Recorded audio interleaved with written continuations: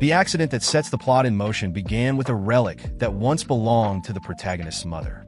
When it fell to the ground, the artifact shattered, sending shards of glass flying everywhere, and painful memories surged in the poor girl's mind like boiling water in a kettle.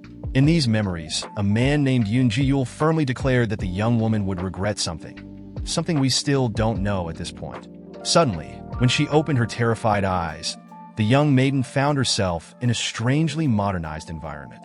She, dressed in her medieval attire amidst Shine's casual looks, panicked as a car zoomed past her.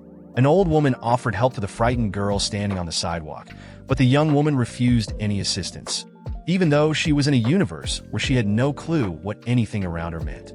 Furthermore, when she caught a glimpse of her reflection in a shop window, the woman was someone entirely different, her long, straight brown hair replacing her usual blonde curls. However, the schizoid trip didn't last more than a blink, as the maiden was soon thrust back into her original world, where the maids around her were calling her by the name Lady Elodie and begging for forgiveness for something they supposedly did. Hearing her name repeated over and over, Elodie's memories slowly began to return, and soon enough, she started sweating as she recalled that somehow it was the end. These were memories of her past life. Her name is Elodie Purdia, a typical noblewoman from the medieval Western world, though one fact sets her apart from other women of her social standing. Elodie is the illegitimate daughter of Duke Purdia. In other words, her father had ventured into the wrong cave and brought to life this beautiful, blessed figure with crimson eyes. Until then, Elodie had never experienced such strange and vivid visions.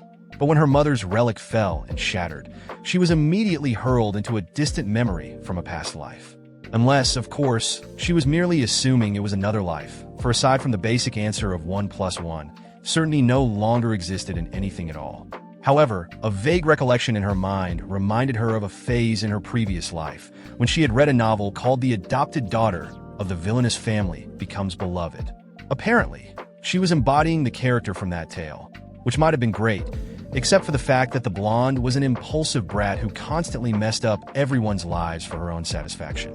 Maybe because of that, or maybe not, Elodie Purdia ended up dying young. Now, trapped in the skin of this insufferable lady, the woman realized she was doomed.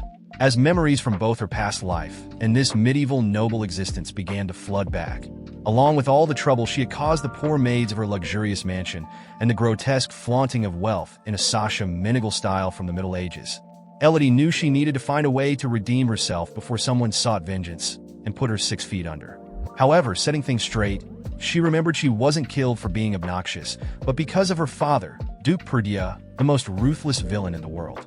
Being a cold-hearted scoundrel, he didn't even care about his daughter's death, according to the novel, since the true heroine of this story was Estelle Purdia, who had been adopted for political reasons. Yet, thanks to her stunning beauty, Estelle charmed the family, earning the green pass to everyone's heart, and ultimately ended up happily married. Ladies and gentlemen, this is a romantic fantasy story with a healing fiction genre, whatever that means.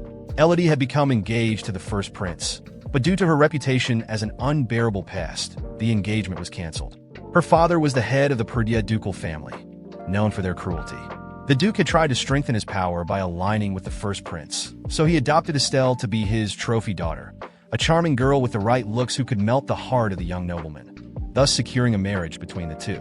Speaking of Duke Purdia, Elodie knew she needed to stay as far away as possible from this madman, but if she tried to run away, she'd surely be captured. So, she decided to leave the house and live an independent life before Estelle's adoption turned everything upside down. Of course, the family wouldn't take that lightly, but Elodie would have to do whatever she could. Her first step was to end her engagement to that silver-haired, green-eyed heartthrob. Elodie would have loved to live alongside that pretty face, but she figured not being killed was more important. So she wrote a letter addressed to the first prince. Without delay, the message reached the hands of Ademir Prezelwallen, affectionately called Ademir by all. He thought his beloved was sending a note about the emperor's birthday banquet they were planning. But reality hit him like a nail-studded club as he read those painful words requesting the end of their engagement.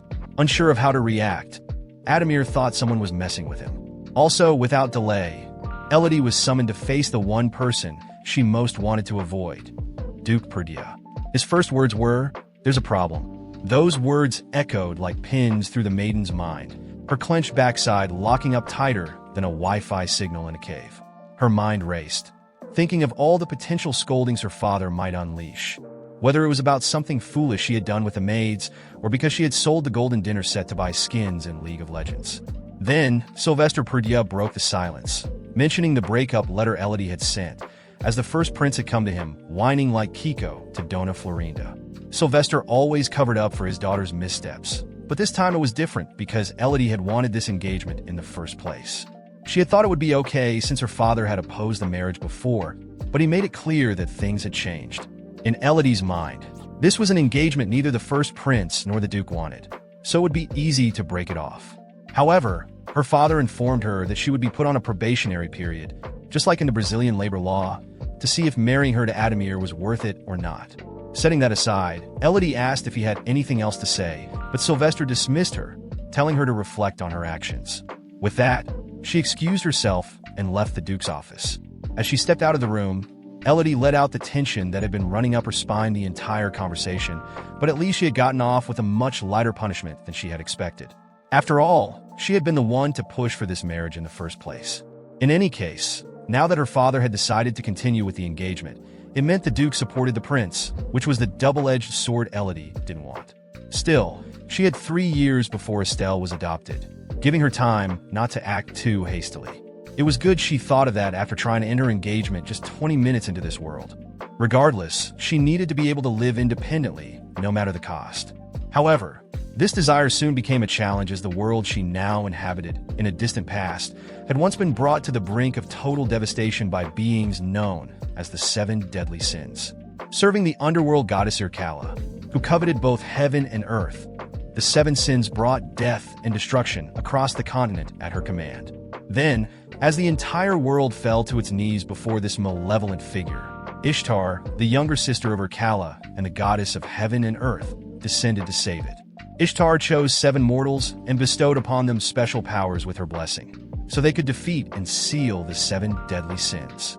The heroes of Ishtar emerged victorious and were celebrated as saviors, and each one of them founded a noble house in their name.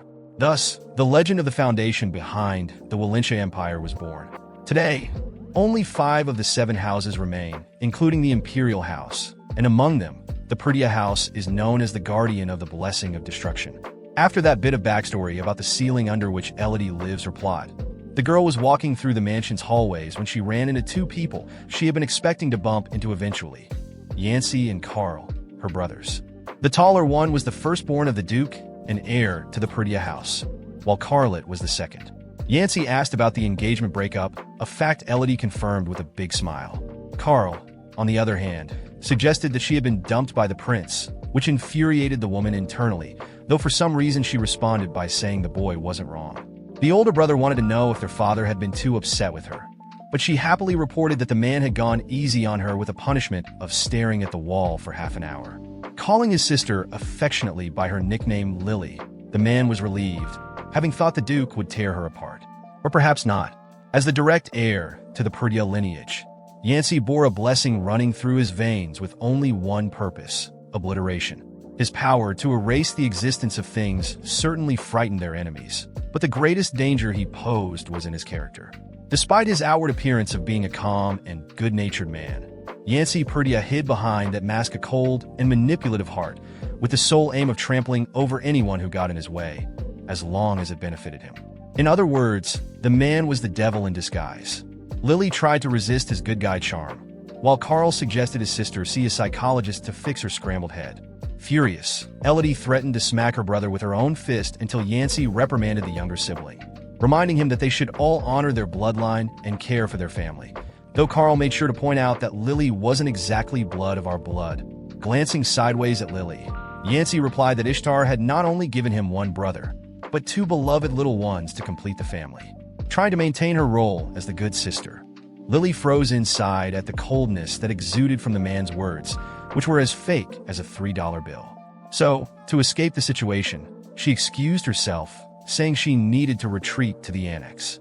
As she left, Carl commented that he almost threw up the steak and fries from lunch because his sister was acting even weirder than usual, an opinion his older brother agreed with, though he didn't know why exactly.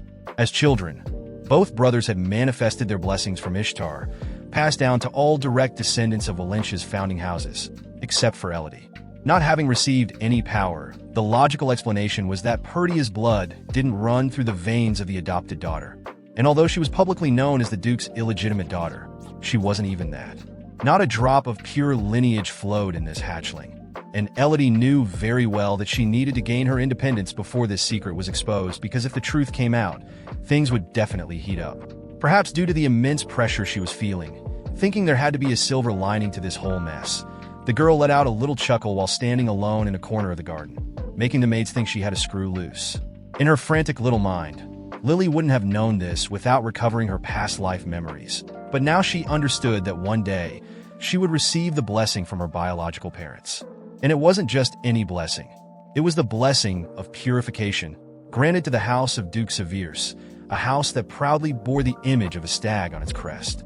However, far from the heroic narrative this possibility could provide, the reality presented in the novel was of a young noblewoman who was discovered not to be a Perdia and thus condemned to become a memory. In every timeline, the wretched woman ended up dead for being the Duke's fake daughter. To top it off, Duke Richard Severus, her biological father, was in a deep coma with no signs of waking up. Without any backup from her father in this mess, all Elodie Severus could do was hide her blessing as best she could once it manifested, using it to secure her freedom before she was exposed. Amidst these reflections, Lily walked into the Perdia Duchess's stunning garden, which had more than just a few mortal dangers behind its beauty. Still, it was in this place that the maiden decided to start her bid for freedom. Just at the entrance to the garden, the young woman was greeted by Demis Perdia, wife of Duke Sylvester and biological mother to Yancy and Carlet. Above all, Demis was the greatest poison expert in all of Valentia. Elodie responded to the greeting and suggested they stroll together through the glass greenhouse while discussing a particularly interesting matter, all related to the excellent work that Duchess Demis did with her toxic concoctions. Accepting the girl's invitation, Demis warned beforehand that the greenhouse harbored dangerously dangerous dangers inside, and the girl shouldn't touch anything without permission. Lily, for her part, remained calm, as she had no intention of losing a finger before securing her independence. So, as they walked along the red carpet leading into the greenhouse, the Duchess asked what the conversation was about. Lily explained that she had heard a rumor about an order given by the Imperial Palace to the Duke's wife. She found it very unfair that common farmers had ordered the destruction of all the stock of insecticides that the woman had developed to help them with their work. Demis felt grateful for the sentiment, but concluded that there was no use crying over spilled milk. Besides, the regulatory authorities had already issued a warning. If Demis continued to sell substances toxic to human health, prison awaited her. And that's where Lily came in, according to her. Faced with Demis's blank stare, the young lady handed over a vial containing a yellow substance, generating even more confusion in the Duchess's mind. Elodie explained that the vial held the solution to the problem, an antidote called Antitoxin Colony, Elodie Perdia Edition. With this, Demis could apply an anti-agent to remove the harmful effects of the insecticide, while Lily could make some money to achieve her big goal, to become independent and leave the Perdia household as soon as possible. Initially skeptical, Demis asked if Elodie really believed what she was saying, as it seemed more like another one of her pranks. In response, Lily invited her to test the product, and if it didn't work, she would guarantee a refund. So, without further ado, Demis took the solution and asked the girl to come closer. When Lily did, Demis asked what she saw inside the vial. Lily was perplexed to see a wriggling worm, but Demis corrected her, saying it was a grub, the nasty little creature causing all the trouble. Not only did it tear through the soil, but it was as resistant as a cockroach and reproduced like a rabbit.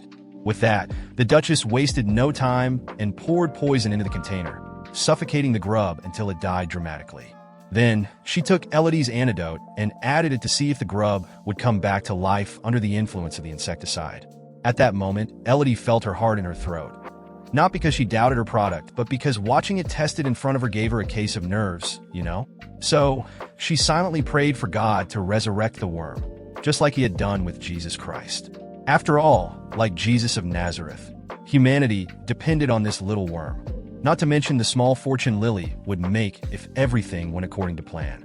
She closed her eyes in reverence, and after a brief prayer, she opened them slowly, only to see the grub revive, stumbling around like her stepfather after arriving home on a Friday night when she was a kid. With that, Elodie celebrated, exclaiming that her antidote had worked wonders on that nasty poison. Since she had been the one to develop the insecticide, Demis gave her a hard stare, and Lily immediately turned her own embarrassed face away, trying not to catch a glimpse of her shame reflected in the Duchess's eyes. However, Demis wasn't actually angry, quite the opposite.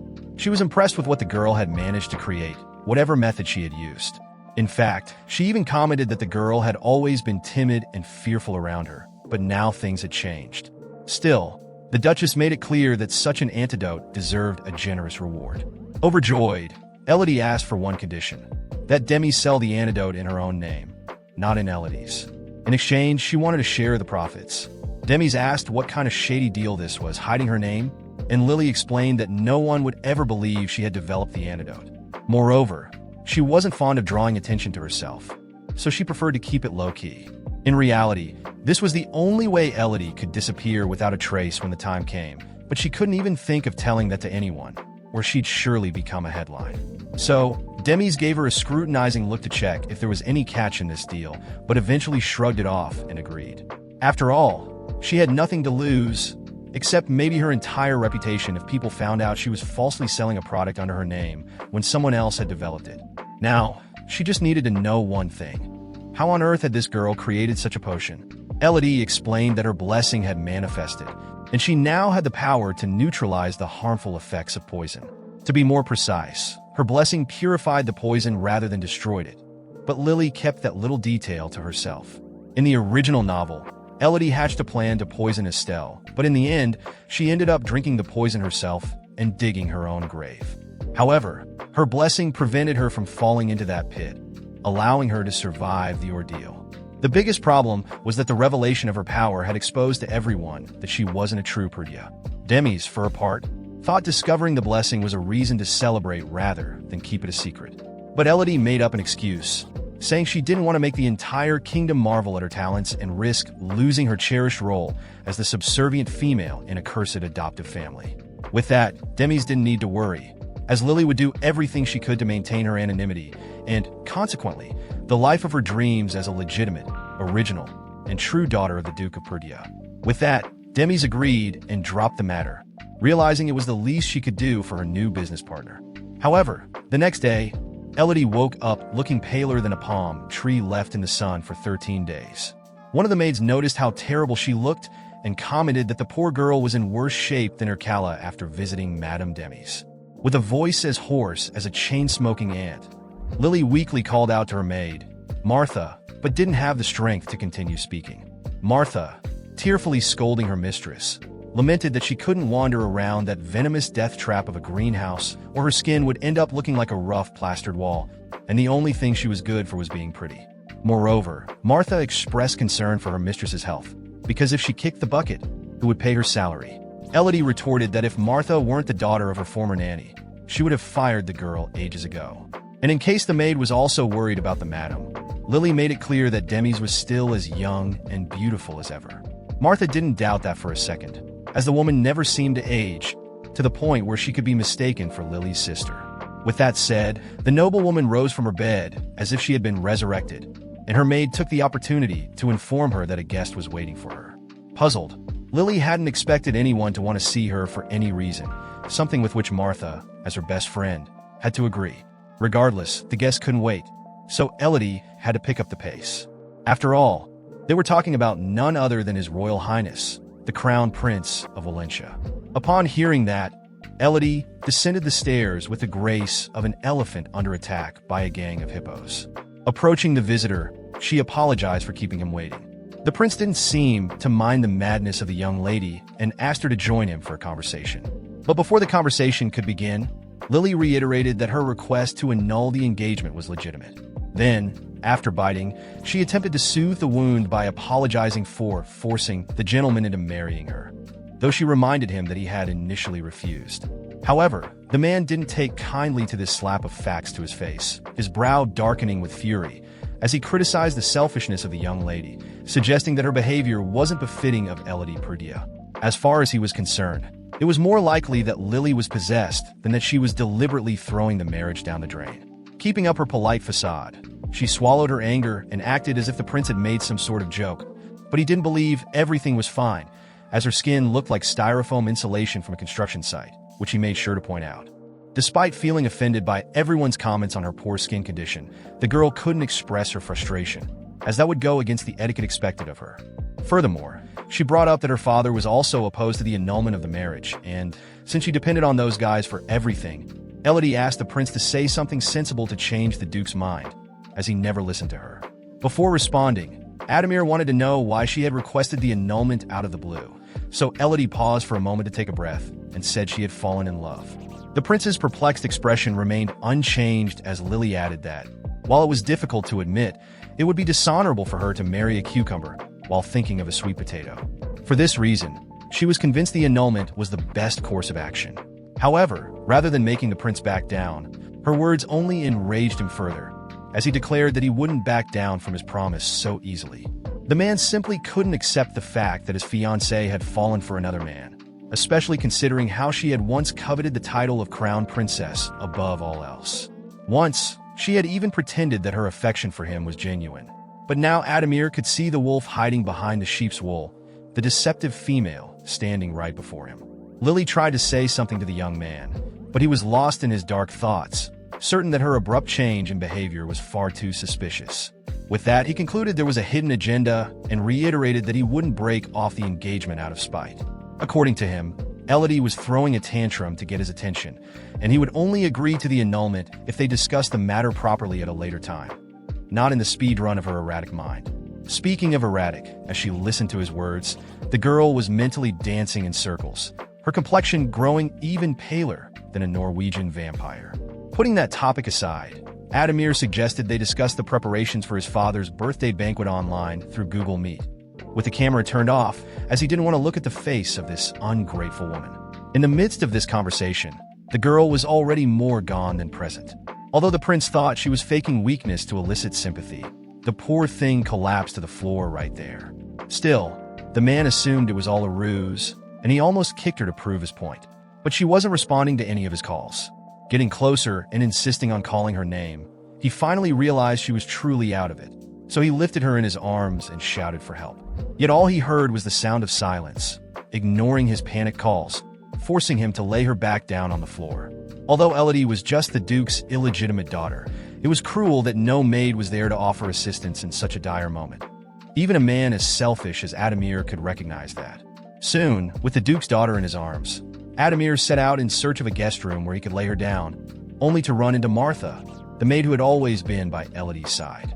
With the servant's help, the prince finally carried his ex-future fiancée to a bed, and Martha casually remarked that this wasn't the first time the girl had blue-screened like this. Adamir was outraged to hear the maid speak so nonchalantly about her mistress's condition. At the same time, he examined Elodie and noticed a cut on one of her wrists. Reflecting on the grim reality, Elodie was confined to a guest bed with barely any servants to care for her, where her only companion was a psycho maid who seemed like one of those movie servants who kept their masters sick for sheer pleasure. Lastly, there was this cut on her wrist, which didn't seem like a good sign, though Adamir believed Elodie wasn't in mortal danger. Since earlier, during their conversation, the girl had been sweating, but Adamir had assumed she was just nervous in the presence of his imposing, gallant self.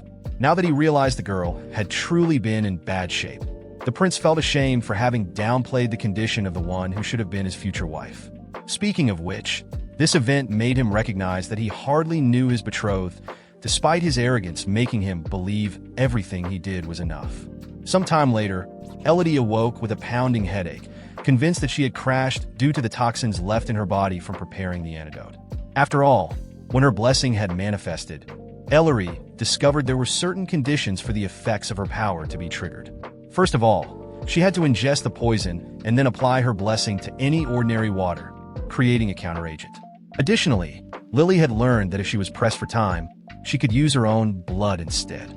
Actually, she had only intended to open a small cut to collect the blood, but her hand had slipped. Speaking of which, she didn't remember changing the bandages on her wrist, so she figured the doctor must have come while she was passed out, but then she recalled that the jerk had refused to treat children born out of wedlock, the moralistic scumbag. At that moment, Martha arrived with a teapot of hot water. Quite simply the worst thing on the face of the earth. If this maid wasn't trying to kill her mistress, I don't know what is.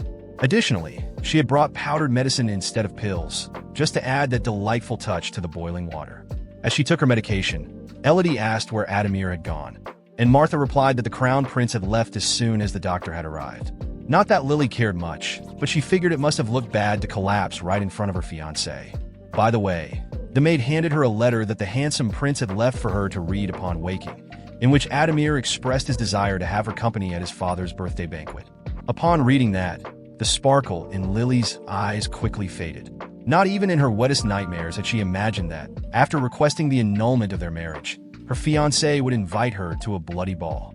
To top it all off, she hadn't even thought about a dress for the occasion, since her plan had been to dump that clingy Adamir. However, Martha took charge, confidently stating that everything was under control, though her mistress didn't seem too pleased, as the banquet was the least of her worries. Elodie simply couldn't understand why the stubborn prince wouldn't accept being dumped, so Martha speculated that perhaps the man had finally fallen for her. With her self-esteem still intact, Elodie sternly told her maid never to say something so absurd in her presence again, as there was no way the crown prince could be interested in a bastard who was more trouble than a used washing machine.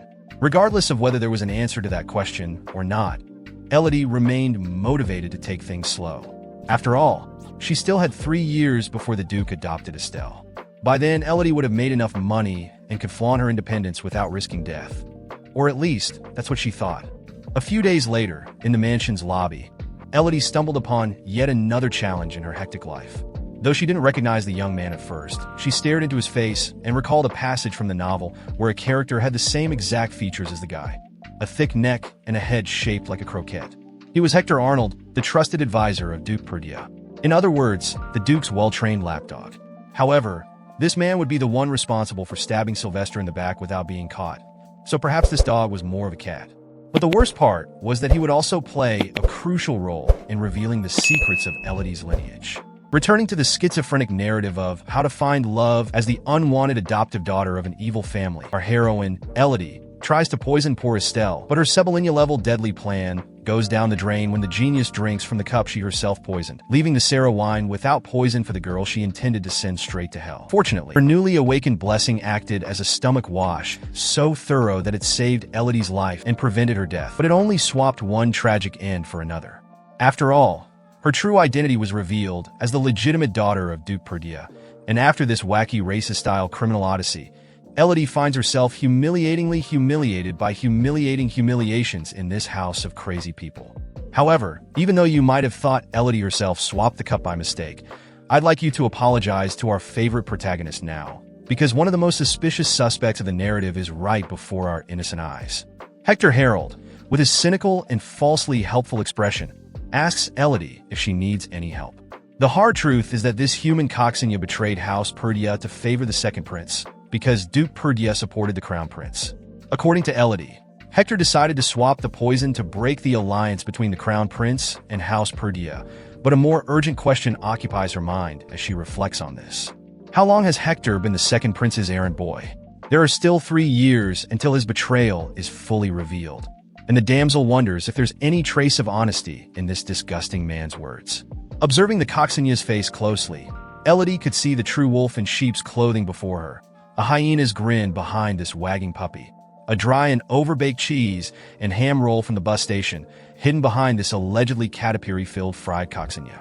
Nevertheless, Elodie is humble and doesn't possess Metaferando's abilities, so she assumes it's impossible to read someone's heart. Be that as it may, so far, she hasn't given the bastard any reason to kill her in this life, so there's no need to distrust him at the moment. Besides, Elodie has no plans to Vascar Estelle, so she tries to keep her routine on the down low without drawing too much attention. So, she casually replies to the man, saying she's just taking an innocent stroll with no intent to brutally murder anyone through poison. After all, even though she's grounded, no one said she should stay only in her little princess room, especially since she lost her way back there ages ago and has been wandering aimlessly between the kitchen and the bathroom on the 36th floor for 3 weeks now. For his part, Hector agrees that the young lady's father wouldn't limit her to her little room, so he sees no problem with her endless wandering. Inside, all Elodie can think is that she will have left this snake's nest long before Hector Harold starts carrying out his schemes, and whether the guy is already a traitor or not, she doesn't care.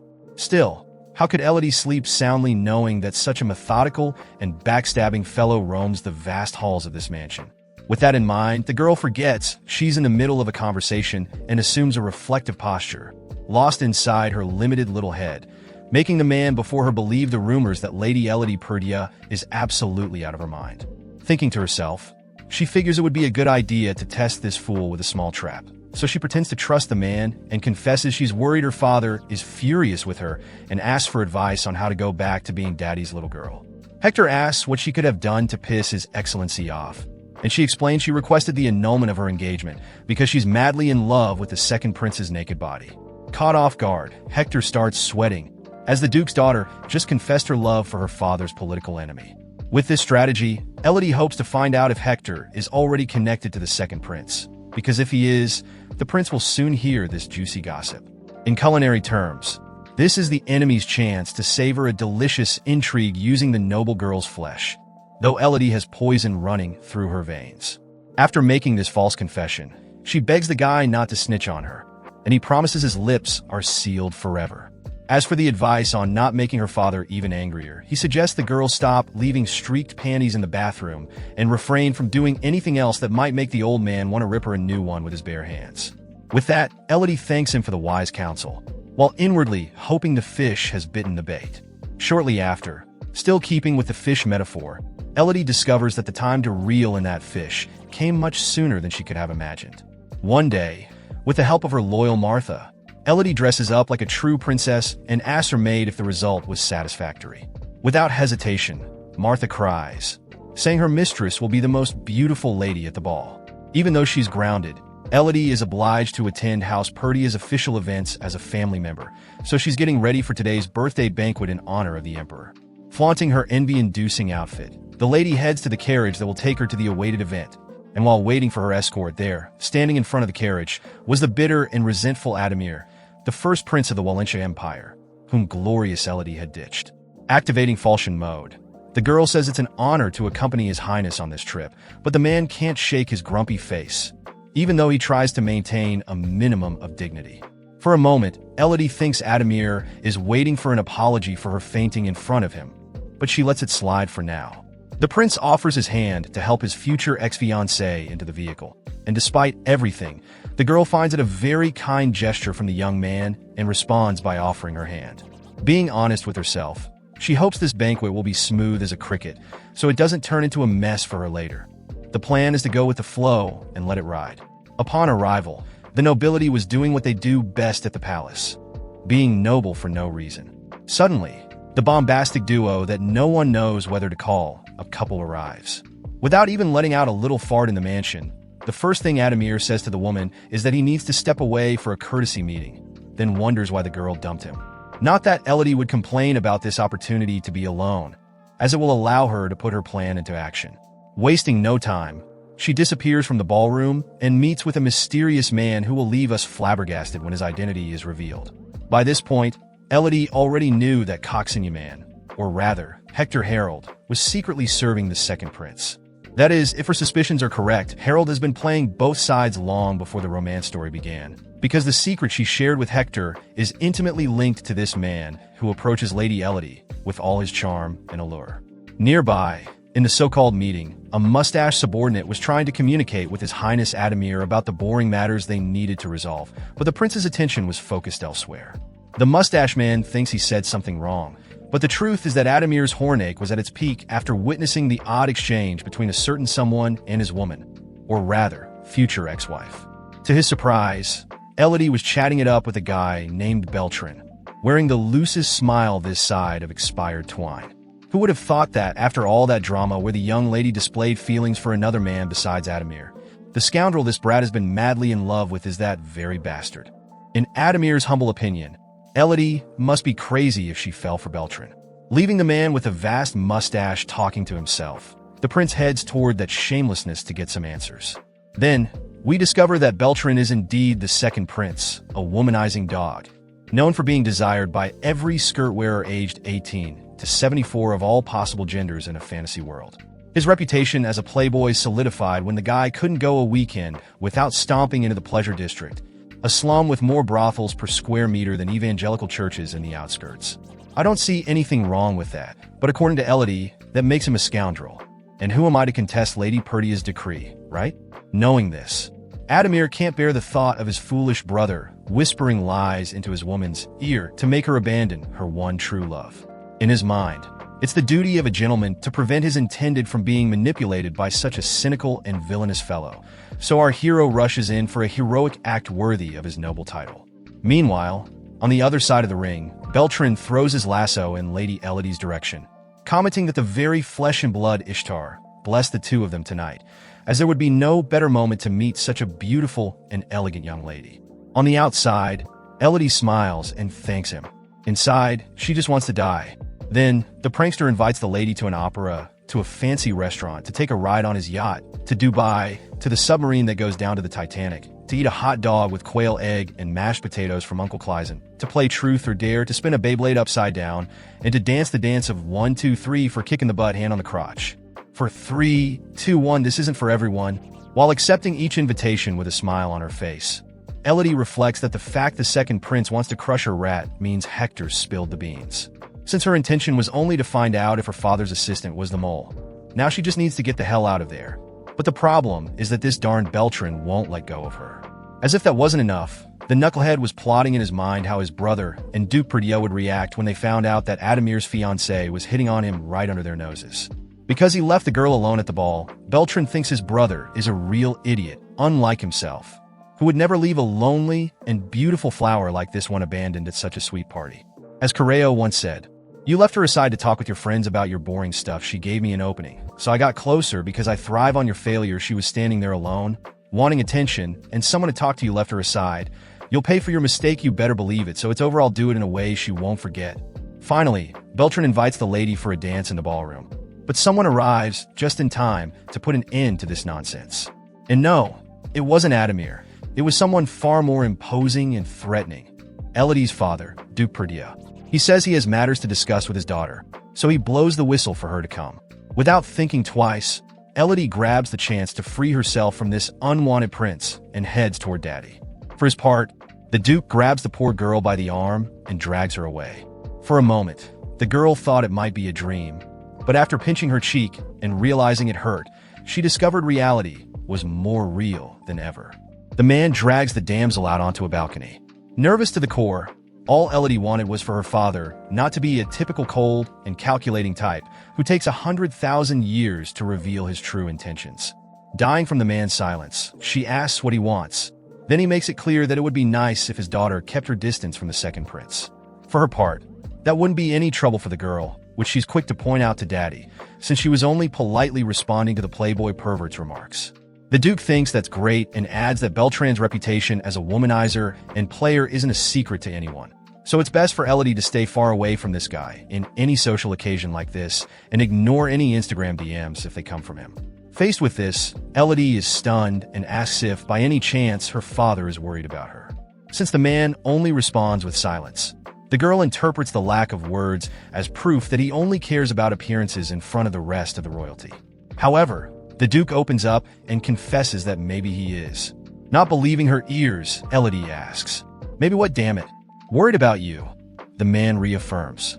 "About me?" Elodie wants to know. "Are you deaf? You daughter of a prostitute?" The man replies with a question. So, Elodie observes the face of her supposed father and is sure that delicious face is of a worried dad. Though the truth is he isn't even her dad. Imagine what will happen when he finds out. It'll be a disaster for Elodie's life. Setting that aside, the girl asks to confide something in the man, who shows himself willing to hear what Lily has to say. So, as much as she understands this might be seen as her own erotic fanfic or just another of her schizophrenic episodes, she assures him it would be a good idea for Duke Perdia to stay well away from Hector Arold, his assistant. In her mind, any action taken to benefit House Perdia is like an insurance policy for herself in the future, so she's just securing her spot in this house. If the Duke fries the traitors in his service, it will certainly benefit Elodie, but it's not just a political gain she seeks. In a way, she feels that helping this man is a way to thank him for raising her. Meanwhile, inside, some maidens were fanning their faces, as the heat was intense in front of the two most handsome men at the party, Yancey and Carl, Elodie's brothers. Carl comments that their sister is more lost at this party than a blind man in a shootout if she thinks she can flirt with the second prince in front of everyone. But the elder brother believes it was Beltran who hit on the woman, not the other way around. Still, Carl is convinced that their sister is missing a screw and argues that Lily shouldn't be left loose at these high society events, as she clearly needs a doctor to check that deficient noggin. This speech makes Yancey lose his cool and melt part of the glass he was holding as he accidentally activates his blessing. According to him, it's stress. Because of that, he suggests the redhead keeps his complaints to himself before things get really heated. After all, it would be a shame if Yancey erased something else from existence.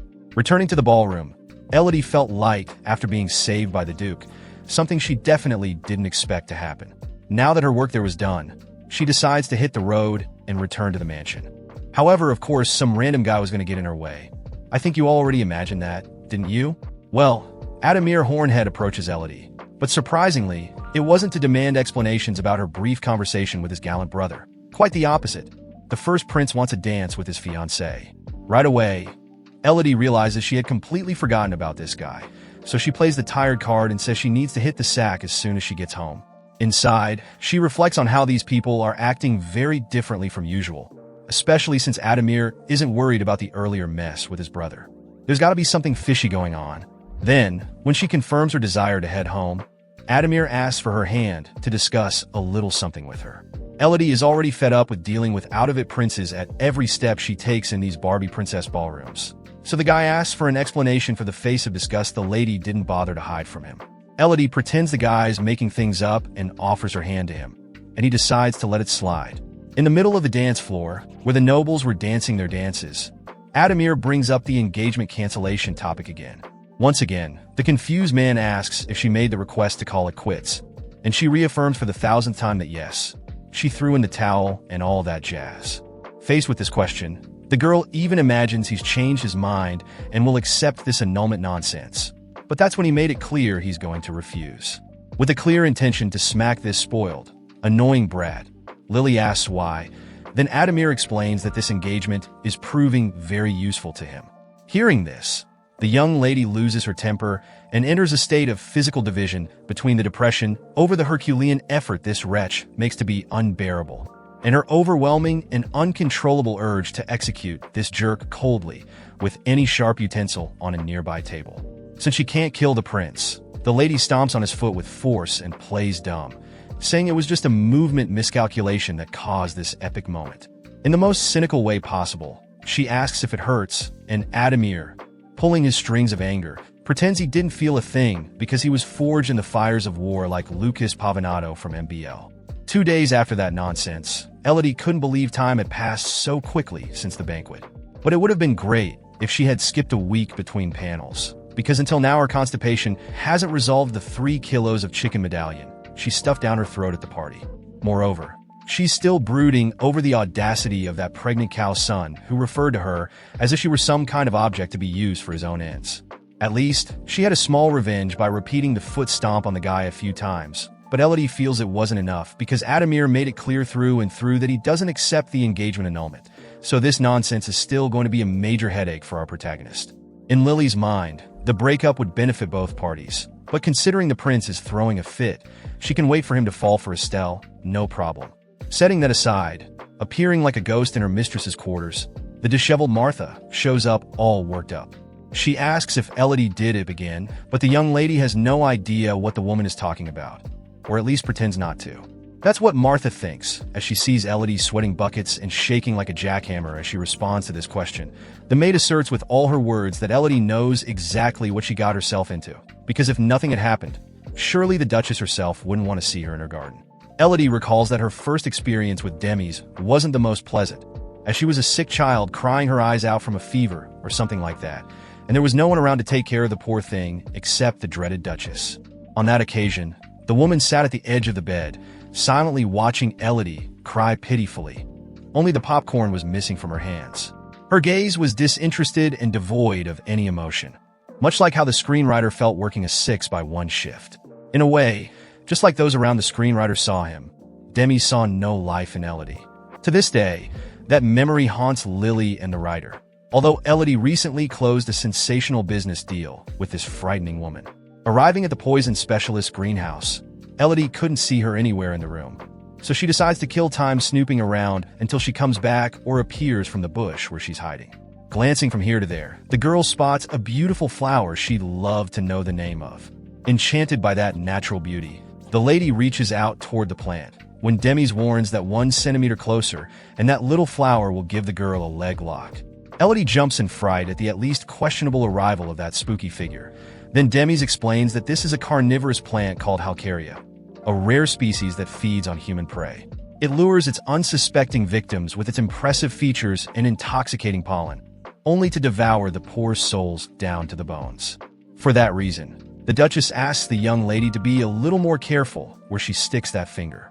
Elodie is shocked that such a delicate flower could devour a person, and Demis already expected the surprise. After all, this crazy plant was recently discovered on the uninhabited island off the coast of the Kingdom of Dve. With that, Demis invites the young lady to sit and serves her a refreshing cup of Fanta orange tea.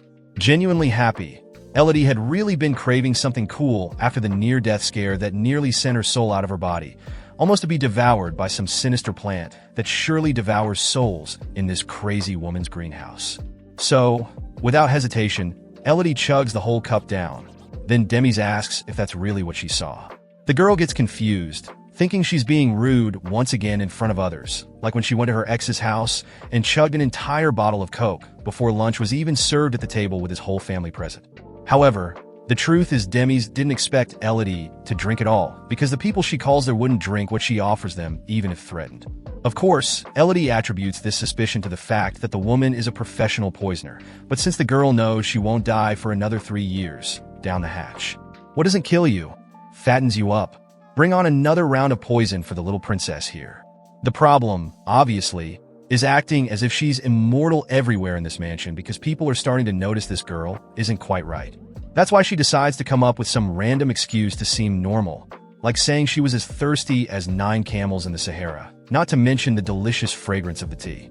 Demis replies there's no smell in this tea, except for the sourness from being left open for 3 months outside the fridge. So Elodie breaks a sweat and tries to think of something better to say. That's when she found the perfect exit. Of course, the path would be to make it clear that the trust in her business partner made her drink the tea without a second thought. Seizing this topic to steer the conversation away from the mess, Elodie asks if her antidote is already rocking the market and comments that surely her business partner would never poison her. For her part, Demis agrees with the young lady and points out that she's smarter than she seems because so far, she appeared to be a donkey with cerebral palsy. However, Demis assumes a sinister expression and questions how that would be a good reason to assume Elodie is safe from her poison. However, then she stops fooling around and confesses she didn't poison the tea at all, she just wanted to mess with the girl's life for no reason. Still, Demis thinks Elodie could adopt a more cautious posture, though she's happy that she's the first guest to try one of her Fanta orange teas with a Fijota seasoning. If she wanted to hire Elodie for Vasco, Demis wouldn't have been so brazen as to tamper with the tea while the two were sitting face to face. If she were that reckless, she surely wouldn't have gotten very far in this business. Moreover, Demis states that she could find much more creative, sordid, macabre, psychotic, and cruel ways to kill someone. At that, Elodie lets out a delicate fart. Then, Demis shares that the antidote sale license was approved and the entire initial stock is already on the market in exchange for an advance payment. Though it's little since it's just starting, Demis tells Elodie that her share of the cash is already in the bag, so she sends a maid to bring a mini chest with little wheels. Inside the chest, the shiny gold was deliciously gleaming. Afterward, Demis asks how long it would take Elodie to produce another batch of antidote and whether she would accept an offer for the recipe. However, Elodie sees the recipe as a trade secret. In other words, she doesn't want any son of a witch messing with her golden goose. Accepting that with no fuss, the Duchess mentions that she has a selection of deadly toxins that also need counteragents and asks if the young lady can produce them for these as well. Elodie replies yes, but the stronger the poison, the longer it takes to create an antidote. Being honest with herself, Elodie would rather not have to deal with such heavy substances because finding a solution for them would be an extremely painful process. After all, to purify this stuff, she first has to drink it with lime and sugar in a cocktail she's dubbed Caponino, the Caparino of poison. The most complicated part is that, even with her blessing, the poor girl still suffers the excruciating effects of the substance. Returning to the conversation, The supposed daughter of the Duke once again asks that the deal between them remain a secret because she doesn't want her name being passed around. Then, boy, Demis gets mad and questions why this girl sees her as a snake, a two-faced traitor ready to break her promise. Knowing better than to poke this hornet's nest with a short stick, Elodie begs for mercy and tries to justify that it's not quite like that, while the Duchess assures her she won't blab and everything is in order.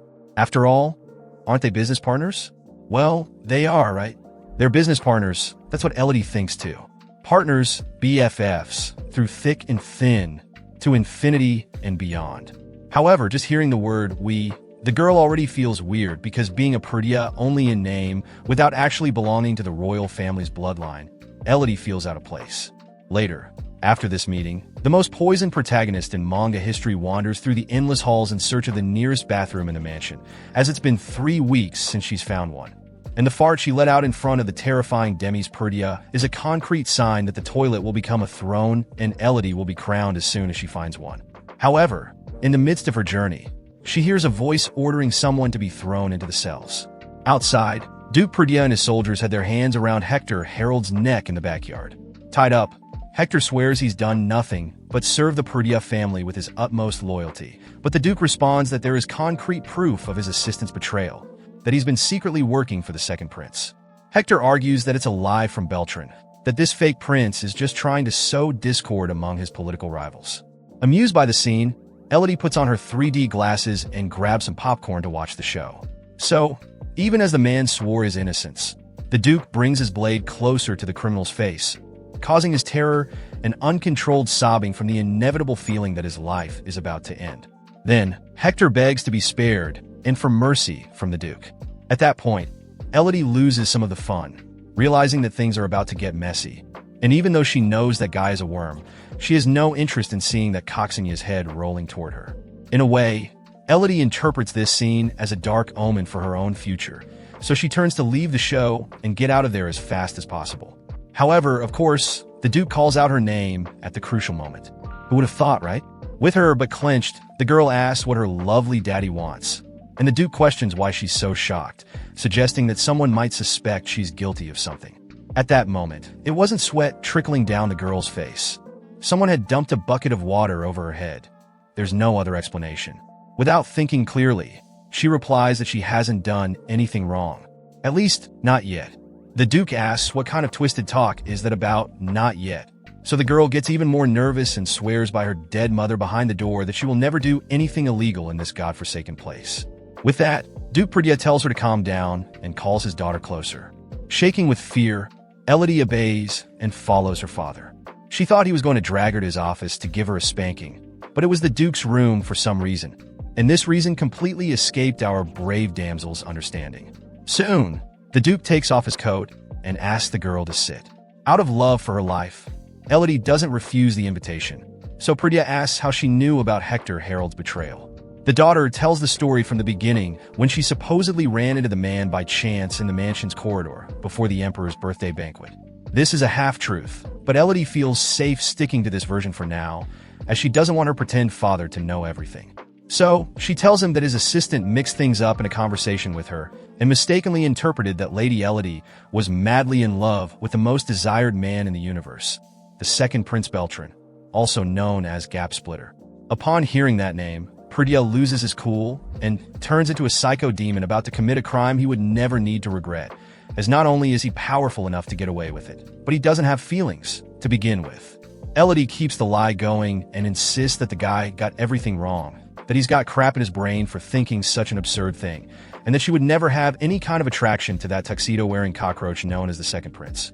However, since she couldn't correct Hector's misunderstanding about this matter, that's why Beltran approached her at the banquet, wanting Elodie as his dessert.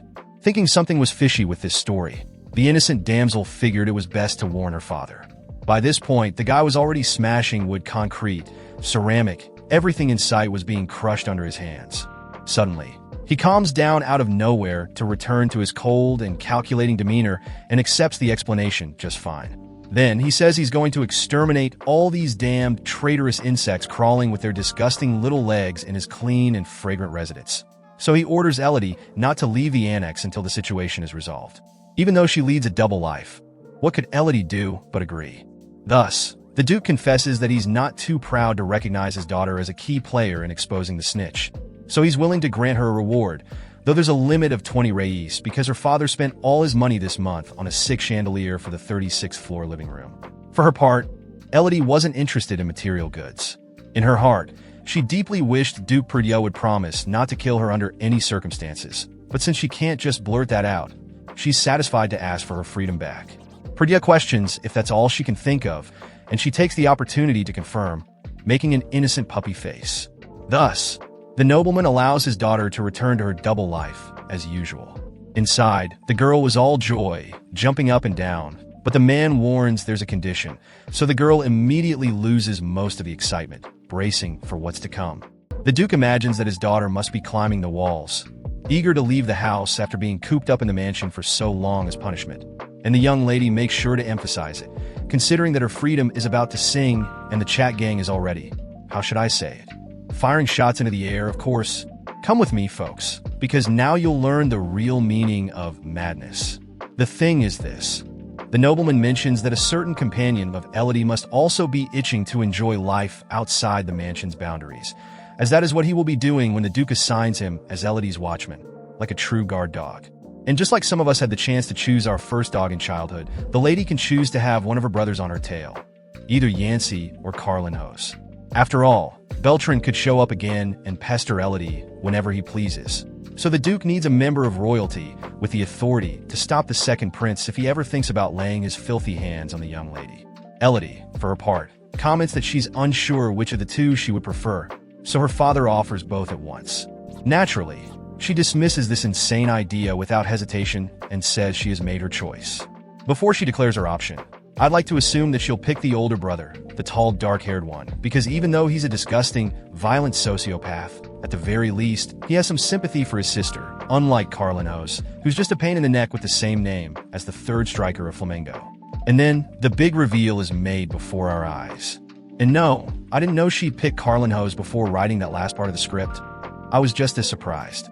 Apparently, the kid was also caught off guard when Elodie informed him he would be her bodyguard, so he joins us in surprise with the same energy.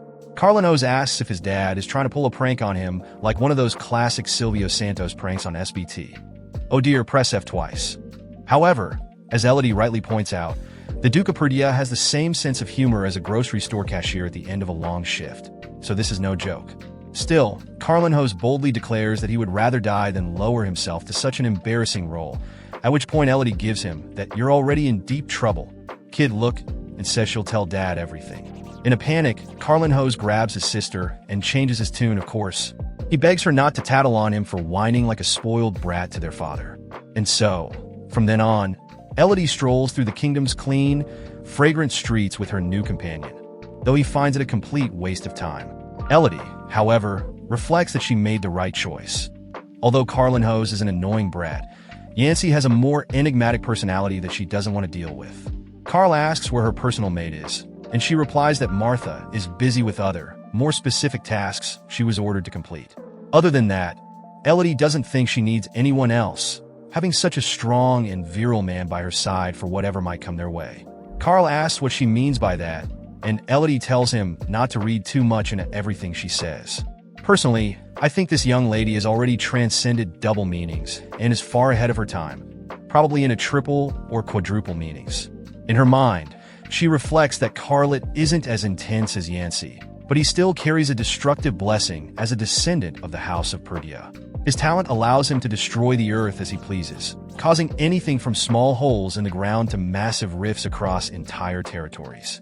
Obviously, this ability is more suited to war, so Carlinhos doesn't shine much during peacetime. Even so, he has always taken great pride in his blessing, as well as his extraordinary talent with swords. Thus, after this lengthy reflection from our protagonist, Carlet admits that his little sister couldn't have asked for a better security detail, while she grows more and more convinced that the poor guy is as dumb as a brick. Eventually, Elodie mentions that she wants to browse the seamstress boutiques on this street. Carl asks why she didn't just summon the seamstresses to the mansion instead of popping into their shop like some peasant, but Elodie has her reasons. Those reasons involve the lank au blanc, as the lady is dying to try their chocolate fondant. But to make that happen, she would absolutely love for her dear little brother to go fetch her some of that delicious treat. Carlet asks if she brought him all the way here just to buy a cake, but Elodie couldn't care less about his whining and tells him to get moving. However, Carlinhos isn't stupid and knows he's heard rumors of something called a line, a terrible phenomenon poor people endure in stores when a bunch of them crowd together and have to wait their turn to get what they want. No nobleman like him should ever have to endure such humiliation. Lady Perdita, have mercy on our boy. Elodie, wearing her smug smile, reminds him that no one is holding a gun to his head, and she'd hate to think she's pressuring her brother into anything. But aside from that, she also can't imagine the nightmare Carlet's life will become if their father finds out he's been disobeying orders. Or rather, she can imagine it. Duke Perdita blowing up on Carlinhos and unleashing his justice upon the poor boy. Let's not forget that this is the man who destroyed a chair just because Elodie misspoke during a conversation. Obviously, Elodie figures that it won't be a chair that gets destroyed this time in the face of Carlet's insolence. It will be his rear end. But of course, after terrorizing her little brother, Elodie reassures him that she would never rat him out to their father. She promises she'll speak very highly of him to Daddy, though she doubts her word carries much weight with the Duke of Perdita. Well, given how annoying this whole cake situation has become, Carlinhos finally asks if she wants the damn cake or not. She responds, it's chocolate fondant, not cake. Deep down, Elodie concludes that this is easier than taking candy from a baby. What a crafty young lady, too clever for her own good. Inside the shop, Carlinhos is faced with a selection of desserts, including 3 coconut sweets standing upright, utterly astonished at who they're seeing in this out-of-the-way place. After 2 hours of waiting in line and practically going into shock like someone at Americana's during a major sale, the nobleman finally places his order under the scornful gaze of those young women who could never have imagined they would see the second rebellious son of Duke Perdita in person, like a lemon tart on display. Listening to every murmur from those loose lips, the young man felt humiliated and objectified, like a strawberry shortcake, but he kept his head high and pushed through with his request for a chocolate fondant. Upon hearing his order, the busybodies commented on how it was probably the first time he'd been in a shop as an ordinary person. And now they knew what to offer him, slathered with honey, at the next banquet. Pushed to the brink, Carlinhos tells the cashier to pack up the entire stock and send it to the Perdita mansion, and he'll take one of the boxes with him. After all that nonsense, the guy storms into the boutique next door, fuming with anger, shouting for his sister in an aggressive manner.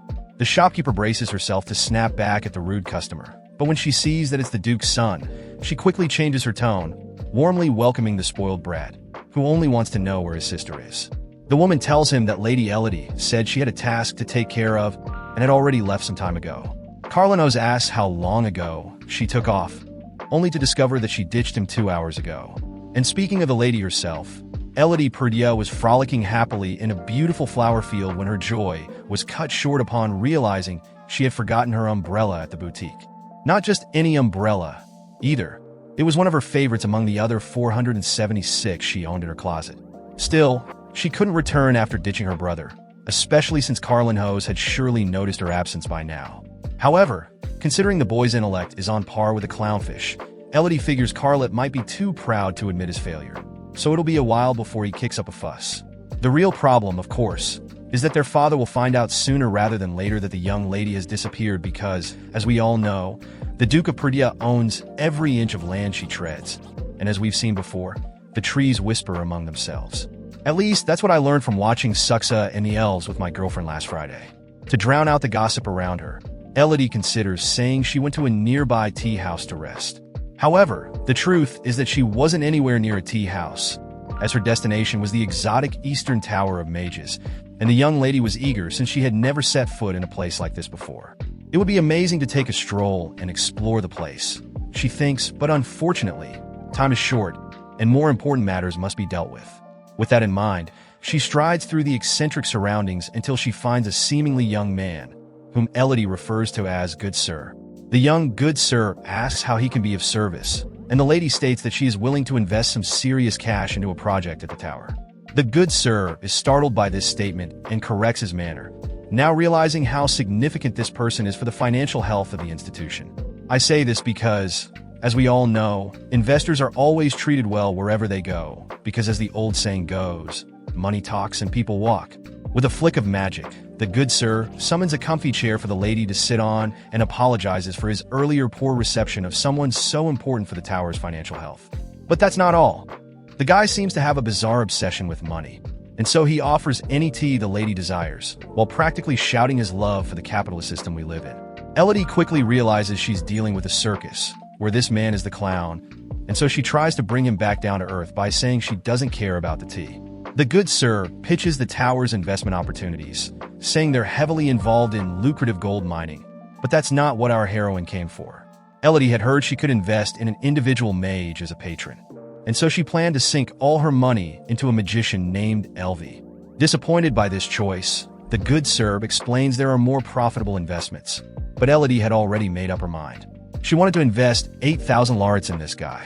Deep down, Elodie suspects the good sir probably thinks she's some kind of fool for pouring a small fortune into a mage who can barely light his thumb on fire, but the clerk couldn't possibly imagine the real reason behind Lady Perdia's decision. As we know, Elodie understands this romance from beginning to end, so she knows exactly what will happen. For example, she knows that one day Elvie will invent an arcane artifact that will make him filthy rich. In other words, she's investing in a game that's already won and will rake in a fortune effortlessly. In other words, she's banking on this investment like a boss. In other words, these people are letting Elodie dream, and we're dreaming along with her. Queen's at the top. Anyway, the good sir asks her to review the magical contract that must be signed. Elodie knows she can't use her real name to avoid future drama and leaving a trail for her pursuers when she flees the Perdia mansion, so she thinks of an alias. Unfortunately, the genius comes up with Lily, her usual nickname, as her first name, and then she quickly invents a last name and signs the document. The rest she leaves in God's hands. With that done, she hands the document back to the good sir, who reviews it and finally announces that Lily is now an official investor in the Eastern Tower of Mages. Before she leaves, he wishes her investment well. What is this young lady's name, you ask?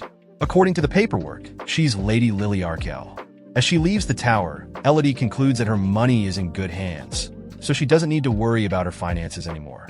The profits from the antidote sales alone would be enough.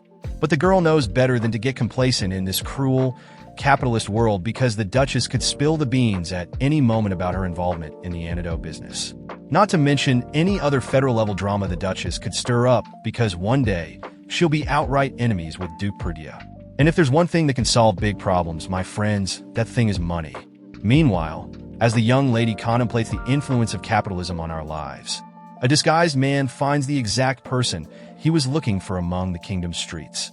Elodie was considering going back to Carlinhos to smooth things over and avoid drawing too much attention to herself. But it seems trouble has always followed our protagonist wherever she goes.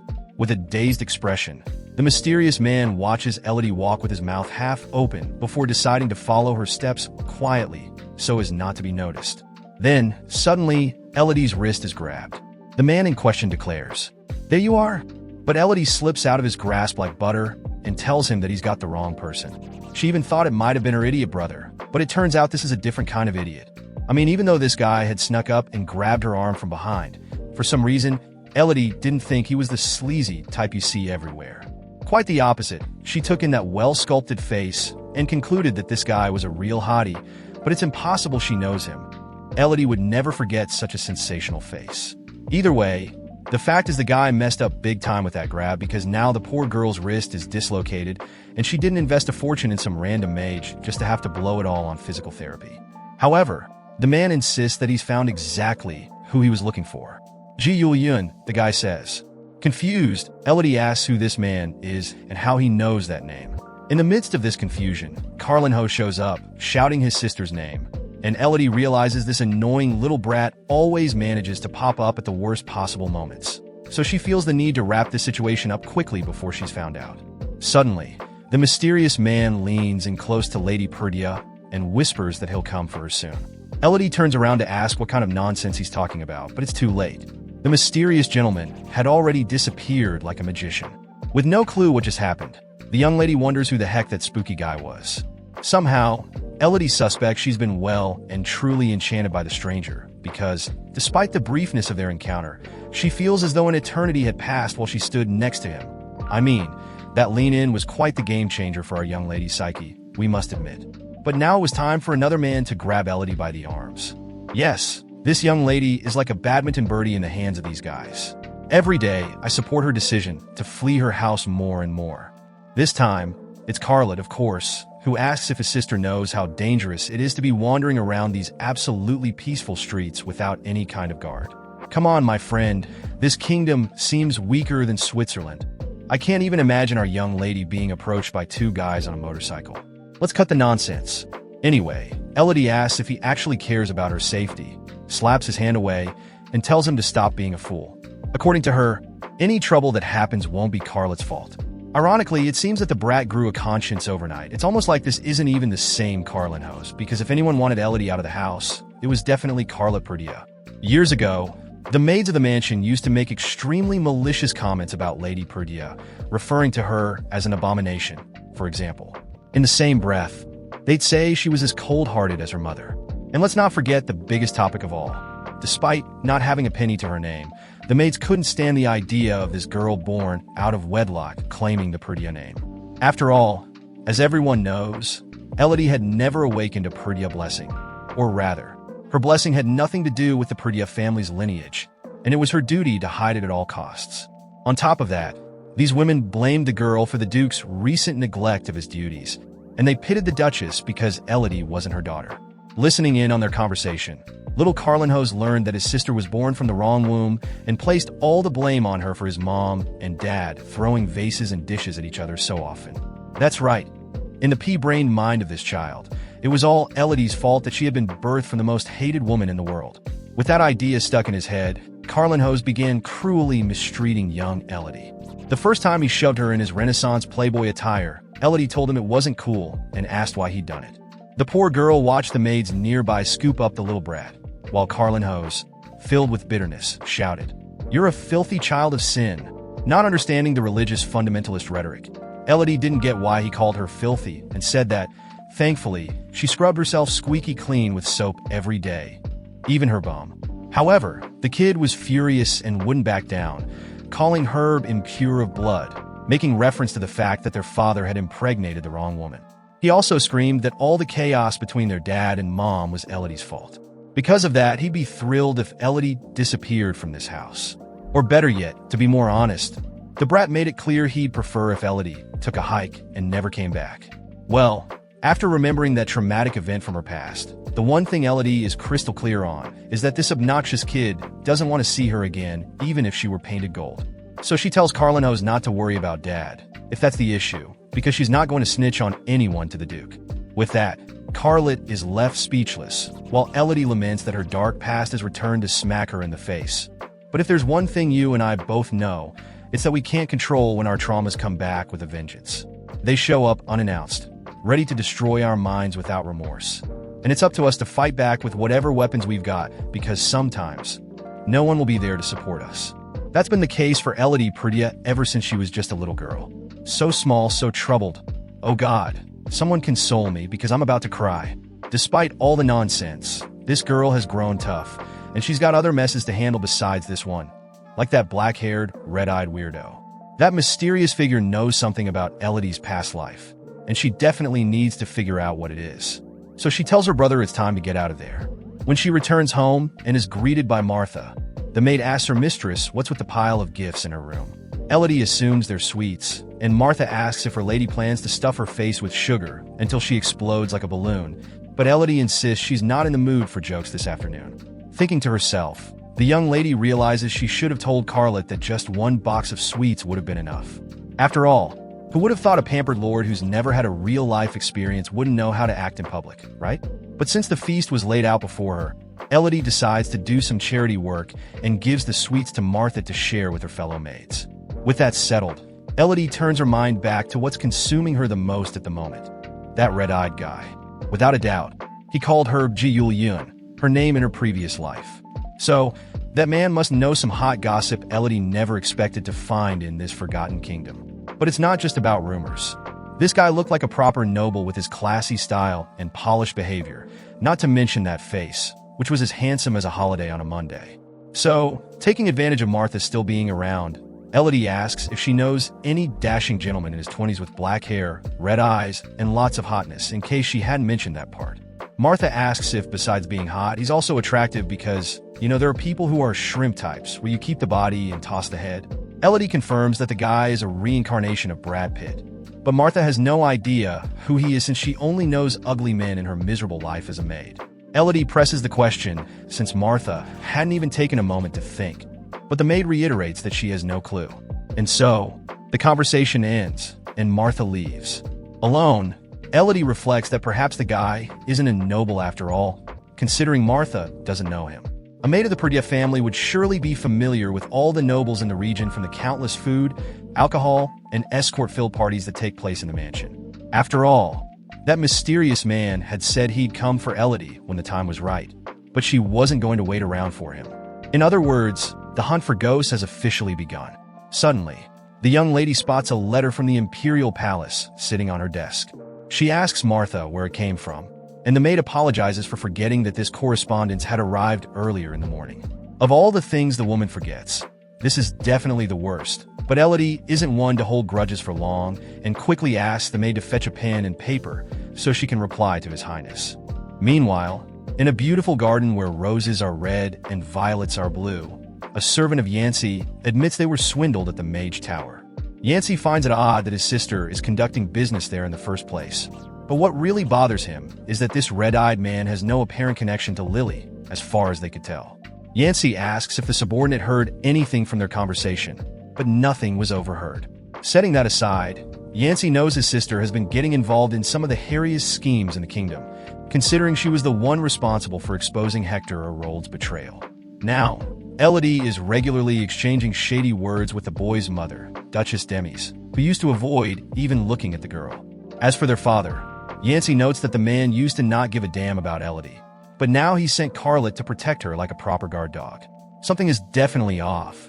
Or perhaps something is not right about something wrong. Whichever way you put it, Yancey has no clue what's going on, and we certainly don't either. As he contemplates this, Yancey pulls a petal from his greasy hair, inadvertently dissolving it with his unruly blessing. The servant suggests they order a new pair of gloves, but Yancey dismisses the idea, saying he plans to head home and burn some more things at the mansion. However, the subordinate is instructed to keep an eye on Lily until further notice. Later, Elodie receives another letter from the Crown Prince. In her first reply, she had made it clear that she wasn't going to send a photo of herself posing seductively in a Corinthians jersey, nor was she attending this dinner with that blockhead. But the issue at hand was something else entirely. Furious once again, Elodie Perdita wonders, why can't anyone leave me alone in this place? Despite all the challenges, Elodie may not always deliver the most ethical or correct solutions, but without a doubt, she's able to deliver some seriously entertaining content. After traveling to the Perdita Palace, a man apologizes for arriving unannounced and for having peed on the living room rug since he couldn't find a bathroom along the way and couldn't hold in the old Barrero booze he'd been storing in his bladder since the start of his journey, especially with that damn card bouncing around on the road like a fish out of water. The reason for this visit was that the traveler had heard that the lady's health remained poor due to her reckless actions, so he decided to show up and catch up with her. Maybe even beg Elodie to come back to him. After all, we're talking about Adamir, the first prince who, of course, hopes Elodie is feeling a little better than the last time he saw her, when the girl was practically having a Chavez-like breakdown every 10 steps, like a Fiat Uno climbing a muddy hill. Well, Elodie responds that she's getting better little by little, but one thing that definitely isn't improving is this weird atmosphere, as it seems this guy wants something quite fishy with all his sweet talking. Oh dear, how are you? This fake sociopath thinks he can get away with anything just because he's got that charming face made by the devil himself. Still, despite it all, the truth is that life is unfair, and beautiful people generally get things more easily than ugly ones. And Elodie knows this all too well, for there stands dear Adamir, affirming that her health is so good now that she can definitely make an appearance at this dinner. Elodie asks what the heck he's talking about, so the guy explains that her own father invited him to this banquet tonight, where her entire family will be present. Adamir believes that the young lady should attend the event unless, of course, she's planning to fake food poisoning or something worse, just like she did last time. Upon hearing about this banquet, Elodie panics, realizing she hadn't booked a hair appointment. Her hair is dried out. She hadn't done her nails, hadn't booked her lashes, hadn't called Aunt Nina to wax her bikini line. Ugh. On top of that, Martha hasn't cut her nails yet. And to make matters worse, her mustache is starting to grow back with little fuzzy hairs sprouting out to curse her further. On top of everything else, she needs at least 8 hours to do her makeup and 3 days to pick the perfect outfit to once again slay in the ballroom. Anyway, With all that in mind, Elodie would rather be watching Fantastico, but when the evening arrives, there's our girl pretending to be a lady at the dinner table, though it seems like she's about to choke on every bite. In the midst of this, Duke Perdia mentions that he's heard news from House Angelos, and they plan to start full-scale production of military supplies soon. Yancey adds that the Duke's deal with the Southern Mage Tower probably led the Angelos to start making magic-infused equipment, especially since they've secured all the magicite mines for producing enchanted armor. Listening in, Elodie reflects that House Angelos is one of the 4 great houses, blessed with restoration, and their leader is Lord Rodrigo Angelos, a sleazy bourgeois who only cares about money and glory. His goal was to crush all the other powerful families and unite them under his own banner, which would undoubtedly make him a magnificent 3-eyed goat with a crown, also known as the King of the Hill. However, there was one massive thorn in Rodrigo's side that prevented him from achieving his desire: Duke Sylvester Perdia. And speaking of the baddest of the bad, Sylvester Perdia declares that he doesn't smell trouble with his strange move by the Angelos. But the issue is that their reach could disrupt the Perdia family's material supply in the long run. Demi suggests that the Duke buy his own mines to secure a supply line, but Adamir fears that won't be possible since House Angelos has already scooped them all up. With a monopoly on this sector, those guys aren't letting go, not even over their dead bodies. In response, Elodie thinks it really won't amount to anything if Sylvester tries to buy a mine from Rodrigo, but either way, House Angelos' downfall is inevitable, and that's set in stone. Ironically, it's carved into a magicite stone, the very resource they're monopolizing. Man, no one lets up on the irony. And this will be a crushing victory for Perdia in the future, with Mr. Roddy Boy begging on his knees before the Master of Masters. Seeing all this coming, this girl loves the fact that she knows the future. Honestly, it must be awesome, even just imagining it. She knows this conflict will get off to a rough start, but Yancey will sort it all out in the end. Noticing that Elodie is zoning out at the table, the Duke calls her out, catching her by surprise. He'd like to hear her opinion on the matter. Startled, the young lady isn't sure how to respond because, until now, she's only ever had to open her mouth to stuff it with food in this wretched house. After all, no one ever cared about what a subservient lady like her thought in this cursed family. Well, before she could answer, Yancey remarks that perhaps Lily doesn't want to discuss such a heavy topic, heavier than the troll penis roast sitting on this dinner table, while they're eating. However, Sylvester gets pissed and reminds Yancey that he didn't ask for his opinion at any point. Yancey lowers his head and apologizes, and the Duke turns back to Lady Elodie Perdia to ask for her thoughts once again. Elodie briefly considers playing dumb, but ultimately decides it's better to score points with her dad in this hellhole. After all, she needs to forge the best possible relationship with Daddy when the time comes for her to disappear from his house for good without saying goodbye. And so, despite Adamir's protest that his future ex-wife would dare oppose him in front of the Perdia family, Lily insists that there's another way. Sylvester wants to know what that is, so the young mastermind gives them a free geopolitics lesson, explaining that House Angelos bought up all the mines and secured a monopoly. So, even though they're one of the founding houses of Valencia, such a massive investment has likely left their coffers empty. And since they hold a monopoly, Elodie suggests that House Perdia should do the same.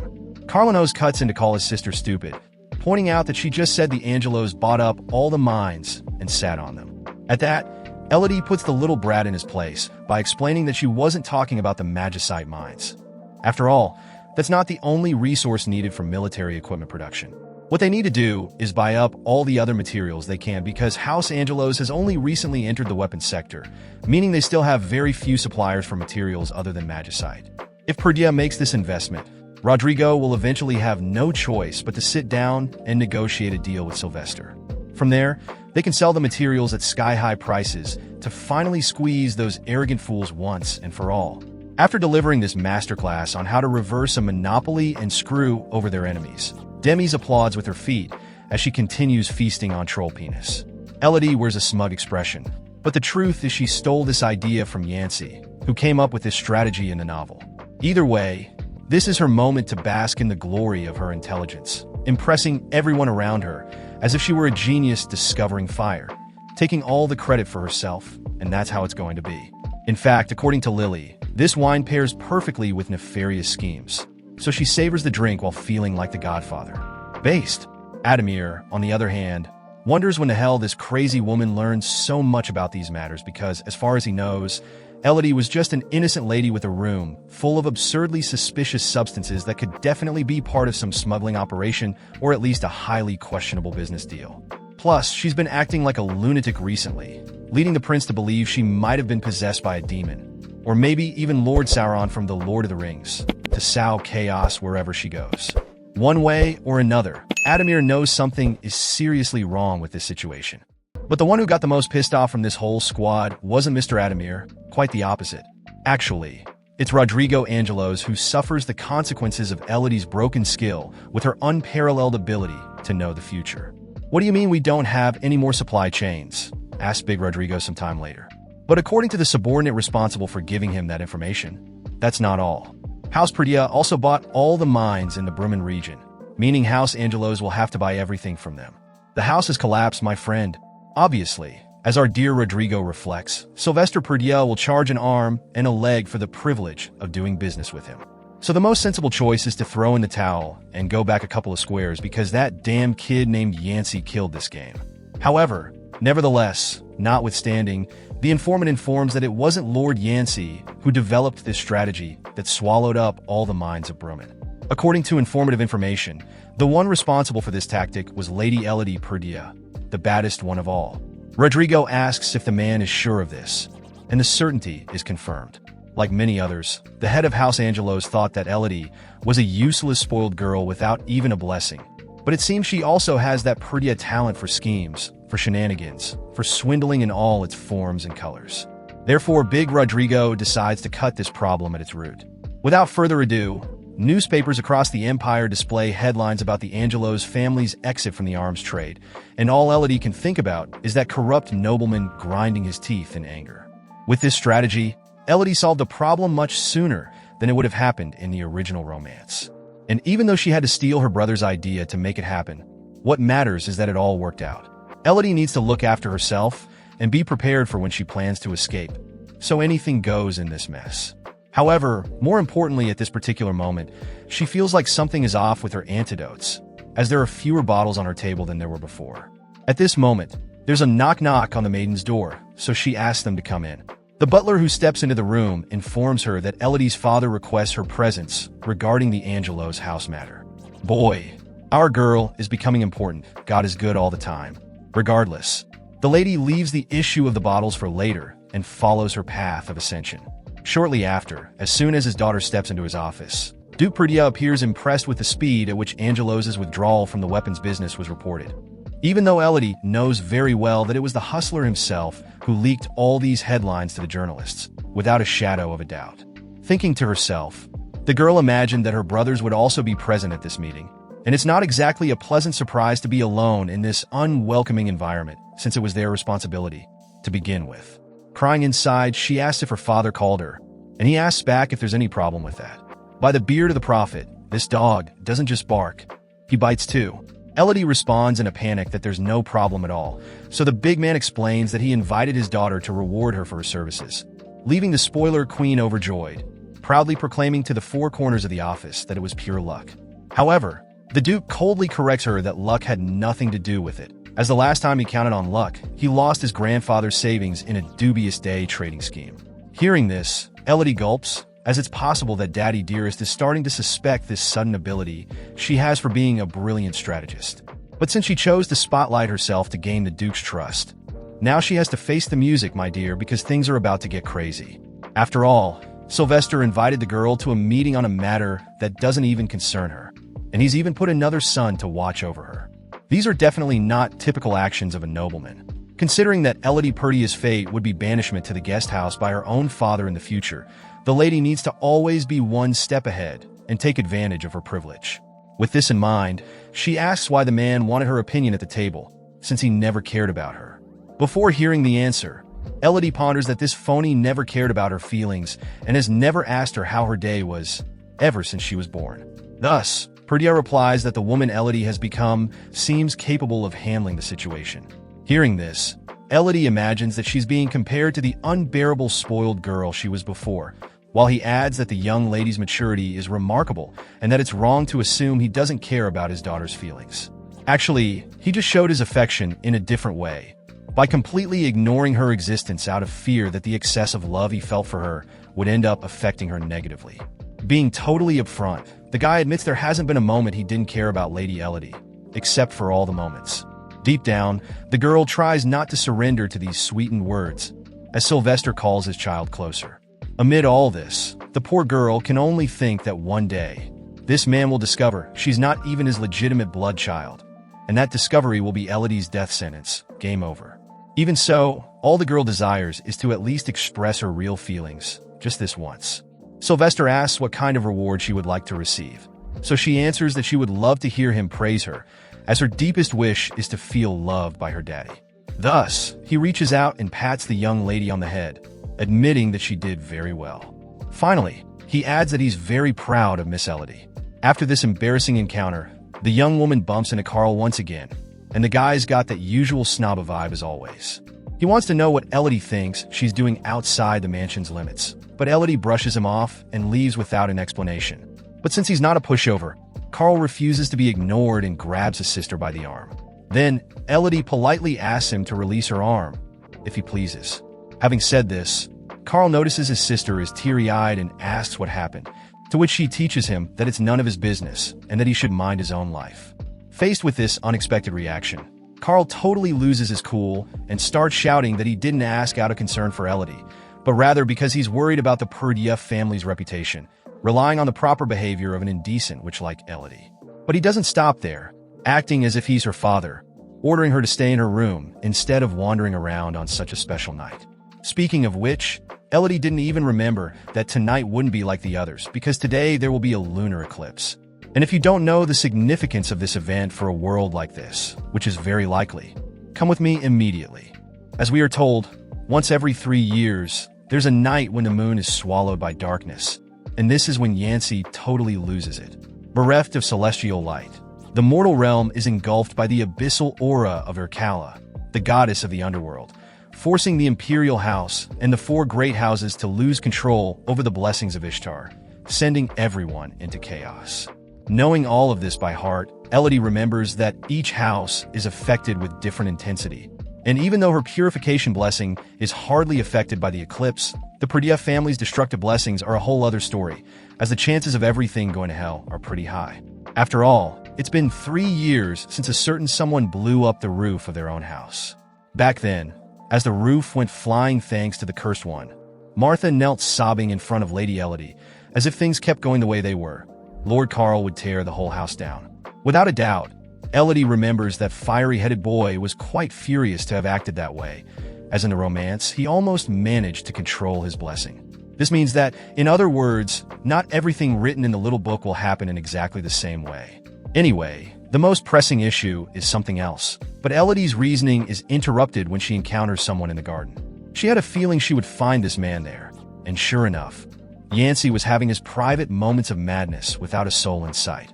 Although he was always considered someone able to control his emotions and avoid tragedies with his powers, the truth of the matter is that the guy had a short fuse, and every lunar eclipse night was a hold-on-to-your-hats moment when it came to Yancy.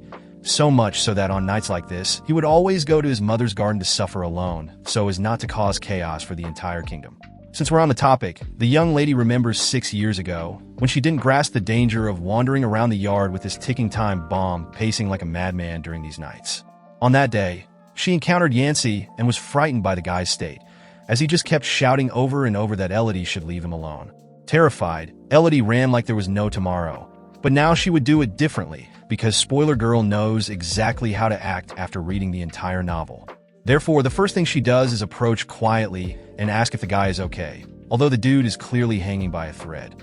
At that moment, of course, Elodie knows it's supposed to be Estelle's time to shine with all her intensity and cleverness, saving Yancy's day and being the heroine of the whole deal. But now it's Elodie's turn to be the protagonist, even if the price is to steal that role from that wretched woman. However, Yancy asks his sister to leave, so Elodie tries to remember a passage from the novel where Estelle hugged her brother and gave him light pats on the back, even though she was risking her neck by standing beside her relative at such a critical moment, as it was precisely that young lady's selflessness that finally opened the boy's heart. So, she repeats Estelle's steps and hugs the boy, telling him that everything will be okay and that there's nothing to fear, except for the possibility of the bastard flipping out of nowhere and turning the entire Pridya property to ashes. In the middle of this, Yancey insists on being left alone and confesses it would be awesome if his sister would simply disappear from his sight. But as a sassy girl, she replies that it will happen, just at the right time. Speaking of right time, she has no idea when she should let go of this abandoned puppy, because even Estelle probably didn't stick around hugging that soulless guy smelling like armpit all night long. Then suddenly, Yancey blinks hard and calls his sister by her name. Elodie asks how the clown's mind is doing, and he asks what she's doing there, simply forgetting everything that's going on in the scene. While she tries to refresh the man's memory, Elodie wonders if it's worth trying, given that she's not even the protagonist. Anyway, Yancey says he's fine and asks the young lady to leave because he doesn't need his sister's pity and can handle things alone, just him and the voices in his head that say strange things. Hearing this creepy line, Elodie, who's no fool, grabs her lantern and gets out of there quickly, leaving the cursed guy to sit on the ground in whatever position is most comfortable for him. Watching his sister leave, Yancey recalls that moment when he was comforted years ago, which makes him realize it was also Elodie that day. So he calls out to her in the middle of the lunar eclipse, his voice echoing through the silence of the garden on that fateful night. When dawn returns to the Pridya mansion, the clarity of the sun brings with it the certainty that no crazy person has destroyed anything significant.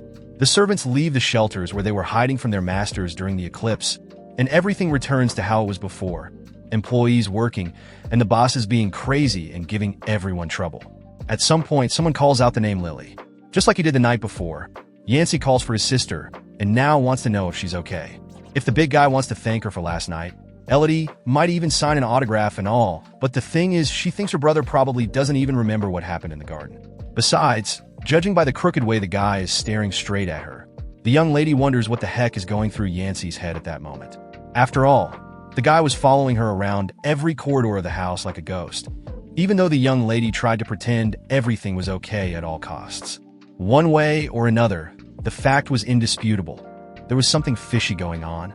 Knowing this very well, Elodie tries to get rid of the nuisance by asking if he doesn't have anything better to do. So Yancey interprets it as his sister being careful with him once again, which obviously isn't true, and this further fuels her rage. The thing is, of course, she can't show this anger in front of her big brother, so she pretends it's just her concern for the man that motivates her sweet words in his direction. Meanwhile, Yancey explains he has nothing better to do than to bother the young lady. And by the way, he suggests she save the act for the stage, which sets off an alert for the protagonist, as this proves the bastard remembers everything from last night. Without a doubt, Yancey's intention was to test her, waiting for the right moment to see if Elodie's lips would remain sealed. During this, Yancey reveals there's something his sister could do for him, starting with giving him her hand. Elodie imagines the guy might simply ignite her like a match and end her miserable existence in a matter of seconds, so she hesitates to give in to his sudden request. However, the big guy gets frustrated and grabs the young lady's wrist with force. In the end, it was as he suspected, but whatever it was, we won't know for now, as Yancey suffers a small glitch and freezes up, leaving us without the delight of this revealing revelation. On top of that, the annoying redhead arrives full of energy, demanding explanations for the grotesque scene he's forced to share with his fake siblings. Elodie wants to know what the heck needs explaining in this mess, so Carl backs down and drops the matter because he actually came as a messenger.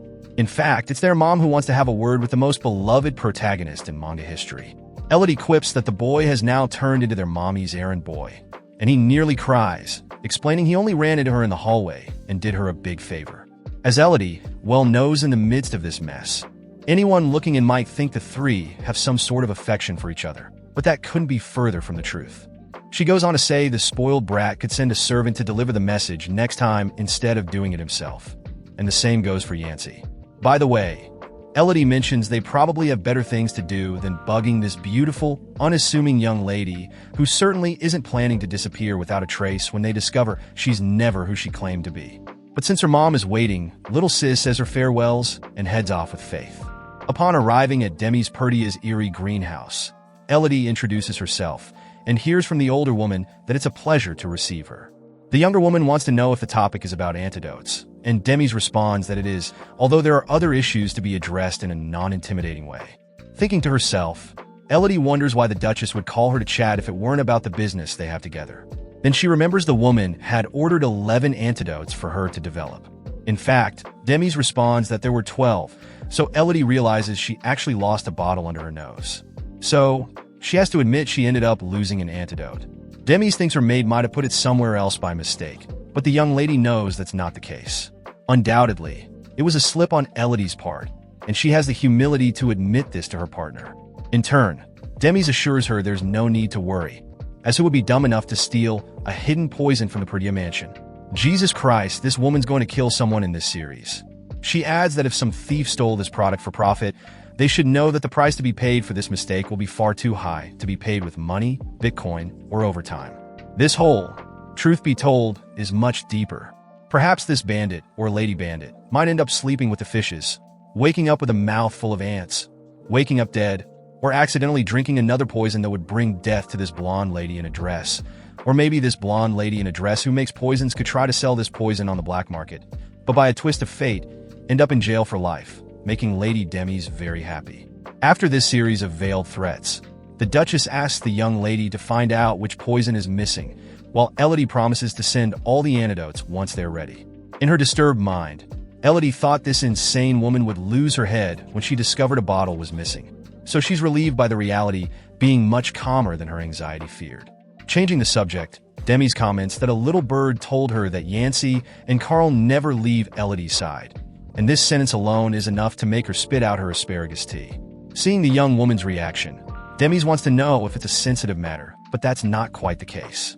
In reality, Elodie assures her there's nothing to worry about in this story, since she'll do her best not to bother little Carl. Unless, of course, she needs to go out for more of her well-crafted schemes. Now, if Demis could excuse her, Elodie here would love to run away before she ends up as a bottle herself. With that, the young lady wishes the madam a blessed day and gets out of there faster than Flash with diarrhea. Left alone, Demis reflects that she'll need to keep an eye on Elodie a little longer. Meanwhile, Tamer is informed that the bottle is indeed a poison.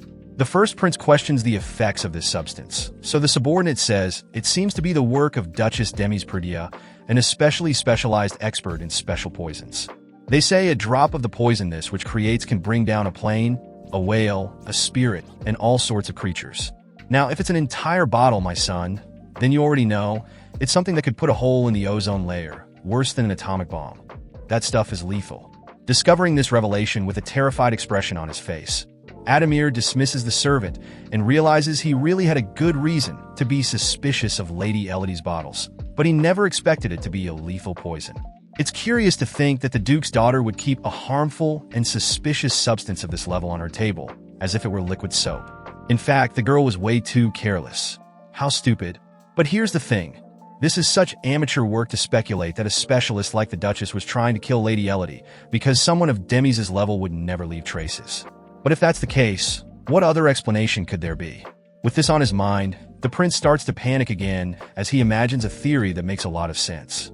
Meanwhile, in a Toyota car from the year 1356, armored, with four-wheel drive and hydraulic steering, Carl informs his sister that she should be more grateful, as he could very well be playing video games or smoking hookah with his buddies.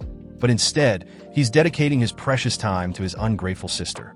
Since that's the case, Elodie thinks it's better to call her older brother to do this task, but Daddy will be pretty upset when he finds out that Mr. Carl disobeyed a direct order. As always, Carl chickens out and takes back everything he said. Boy, he's really scared of his dad. This Duke must be the type who drinks and throws closed fists. Changing the subject, he would like to know where he's being dragged to on this beautiful morning aboard the armored carriage, but Elodie already shuts him up, pointing out that it's none of his business. Carl argues that a guard should know where his master is going, especially when that master is a sociopath without feelings and full of shady schemes. The young lady insists she owes nothing to this little mutt, but she promises she's not going to run away this time, at least not for now. However, since the bastard wants to know so badly, she impatiently tells him they're headed to the South Tower of Mages. With that, the conversation is interrupted by an awful noise outside, along with a strong impact that slams the young lady's head against the door. Carl tells his sister to stay where she is until he decides it's safe. Then he leaves the cart to see what's going on.